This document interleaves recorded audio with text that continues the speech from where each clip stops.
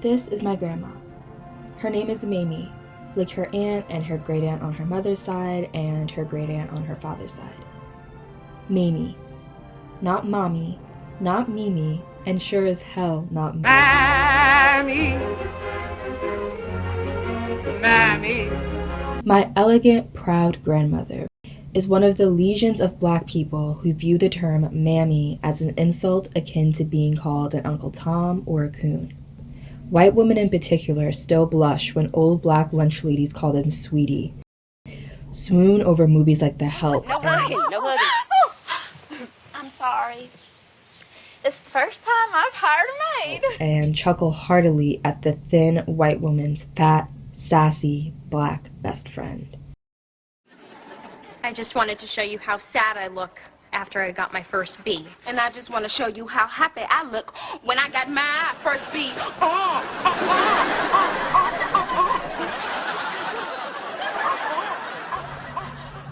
These depictions of black women and white women's relationship in the modern day arise from the deeply complicated history of the mammy in cinema. The mammy was constructed not only as a foil to white women in Eurocentric beauty standards, but as an emotional and domestic partner that allowed white women to enact dominance and authority in ways they were unable to in their relationship with white men. White women carefully built and maintained the mammy myth to furnish their own traumatized mythology.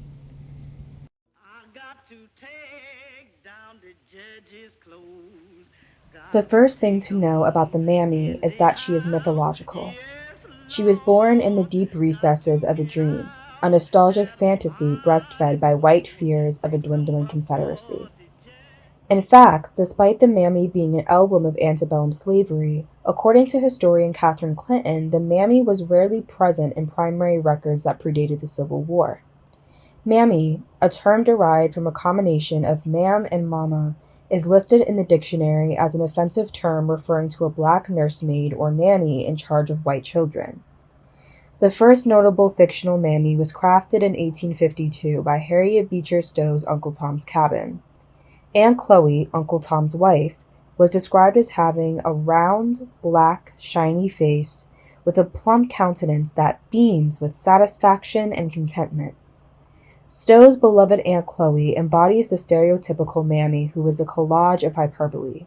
She is older, obese, and elated to serve and protect her white slave owners.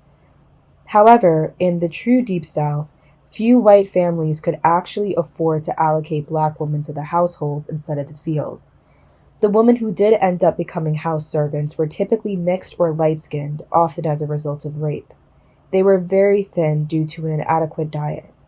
And since more than 90% of black women died before they reached the age of 50 during slavery, few female slaves were afforded the luxury of growing old.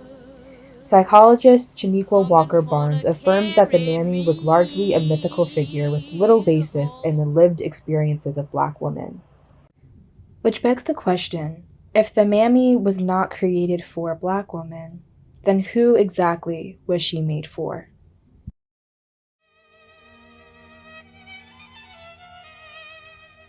In this infamous clip from Birth of a Nation, a white woman is seen jumping off of a cliff to escape being raped by a black man, or more accurately in this case, a white man in blackface. The white woman is established as fragile, virginal, and in desperate need of protection. In the same film, we see a white man dressed in blackface again as a mammy protecting a white family from Union soldiers, preferring to defend their master and mistress than to be free. D.W. Griffith, the director of Birth of a Nation, asks us who will protect the pure white woman, who will defend her and be her knight of honor. In the same film, he establishes, however unintentionally, that the mammy is capable of fulfilling this role. In the presence of white men, white women are burdened with expectations. They must be beautiful, alluring, domestic. They are also commonly distressed and exploited by their white fathers, brothers, and counterparts, such as Susie is in The Sweet Smell of Success, driven to suicidal ideation by her brother's control over her relationships. Or take the scene in Bombshell, in which Lola Burns, played by Jean Harlow, struggles for independence from her father and publicist. Said just leave everything to me. Oh, shut up! I've left everything to you long enough. Understandably, white women in cinema desired more than what the patriarchy could grant them. They desired space to be their most ideal selves without the threat of victimization, conflict, or despair. Of course, the white woman's mythology at the time prevented the possibility that the white woman could reach this aim entirely independently, so there needed to be someone else in the room to stand behind them so they can fully embody their supposed ethnic superiority without being muddied by gender-based limitations. Just hold on and suck in. In both Gone with the Wind and Imitation of Life, the relationship between the Mammy and her white counterpart flourishes in the absence of men. Scarlett O'Hara experiences tumultuous relationships with Rhett Butler and Ashley Wilkes, but must fend for herself in the wreckage of the Civil War, and Mrs. B is widowed. Both women are the head of their households at some point during the film, placing them in positions of power unique to white women at this time. While both Scarlett and Mrs. B have love interests, Mammy and Delilah do not form notable relationships with them. The Mammy is defined by her relationship and attachment to Scarlett O'Hara and Mrs. B. This reveals that contrary to popular opinion, the Mammy in these films is not primarily a domestic servant. She is an emotional and personal partner who lingers in the room only when a white man has closed the door behind him. We see that while the Mammy is a mythological foil to white women, she is also, in many notable ways, an idealized partner for them.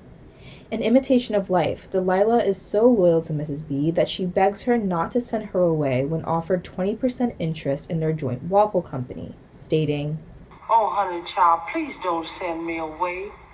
Don't do that to me." Don't you want your own house? No. How am I going to take care of you and Miss Jessie if I ain't here? Non-threatening, loving, and loyal, the creation of the Mammy is a perverted manifestation of white women's desire for safety and validations in their relationships. The Mammy to the white woman is what the white woman is to the white man, a caretaker, maternal surrogate, and romantic partner.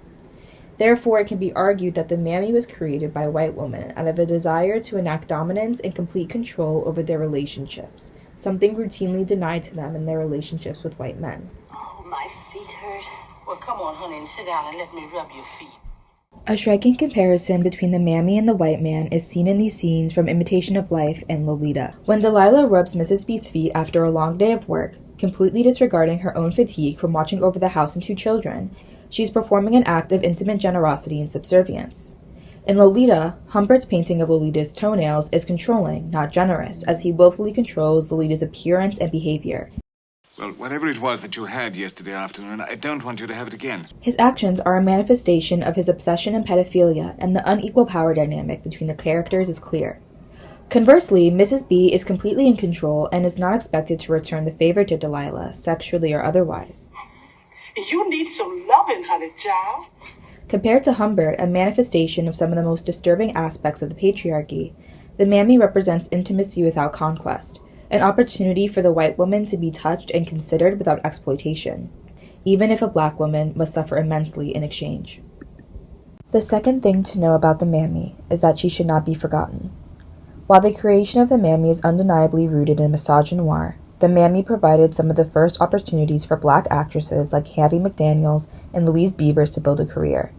McDaniels was the first black person to win an Academy Award for her performance in Gone with the Wind in 1940, and Louise Beavers acted until 1960. While they pushed for increased diversity in film and TV and continued to see the rise of interracial relationships between white women and black women on screen, we must be sure to create narratives that resist this mythology and ensure that Mamie won't have to correct any apologetic white woman calling her Mammy ever again. I got to take down the judge's clothes, got to take 'em in the house, yes, Lord, got to get out that old ironing board.